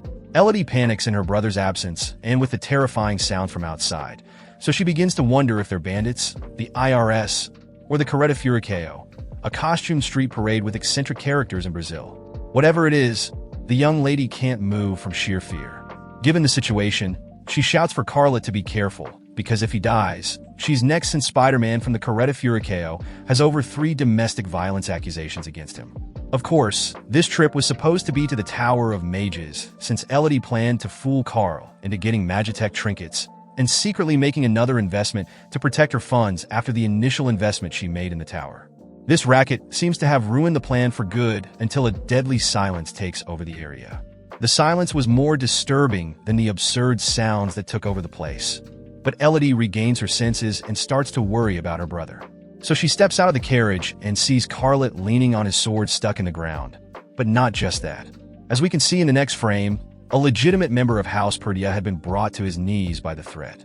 The man causing this suffering prepares to settle the score, so Elodie reacts by throwing a vial of poison at him. She runs to help her brother, but the poor guy can barely move after the beating he took. Luckily, Elodie was prepared for everything and more, and even though her potion wasn't lethal, the grotesque smell of trapped flatulence was enough to make anyone feel like they're dying. Taking advantage of the distraction, the girl picks up her guard to get him out of there, imagining that the beating he took will teach the cutie to be a bit more humble. Still lucid, Carl responds that those bastards only managed to stop him because they had a Magitech anti-blessing device, an excellent magical piece of equipment against any Perdia. Elodie still finds time to ask if it was worth risking his life because of his ego, but since the donkey didn't answer, she mounts the horse and calls the jackass to join her. However, Carl is too hurt to climb onto the animal, so he tells the girl to flee without him, as he wouldn't be able to go far and could be a burden to the lady. In response, Elodie grabs him by the neck and tells him to stop playing the hero, so Carl confesses that he's worried the young lady doesn't know how to ride. However, in the end, it all works out, and the pair rides away from there, but the men start chasing them. Elodie is surprised because she thought the potion would keep them incapacitated for a longer time, but now that it's time for a fight or flight, who cares about the fact she missed all her driving classes to vape with her philosophy course buddy? Now the situation is real and calls for a good dose of improvisation and heroism. And if there's one thing Elodie Perdia can deliver, it's exactly that. However, even though she shouted internally that she's not going to die in vain, it seems that Elodie is going to die in vain and drag her brother along on this trip to the afterlife, as she's just come face to face with a cliff. The pursuers arrive right behind her, shifting into 5th gear, but Carl isn't going to let his death be this pathetic, so he gathers his last strength for an unlikely twist. With his vast and exceptional skill with the giant knife, he duels with the duelers and leaves his sister in panic once again, although there was no other solution to avoid the end for both members of House Perdia. One of the enemies leaps over Carlet straight toward Elodie, so her brother shouts at her to duck. Then, after a brief moment of hesitation, Elodie throws herself to the side to escape death, but the painful reality is that she ended up falling off the cliff. As Carlet tries to grab her, Elodie sees her mind flashing back to the past as she falls. In her childhood with Carlet, the girl's situation was extremely tough, with her brother being unimaginably cruel for a brat of that age. One day, he ordered her not to touch him, saying that she made his skin crawl. With this vivid memory in her core, Elodie retracts her hand and lets herself be taken by the fall.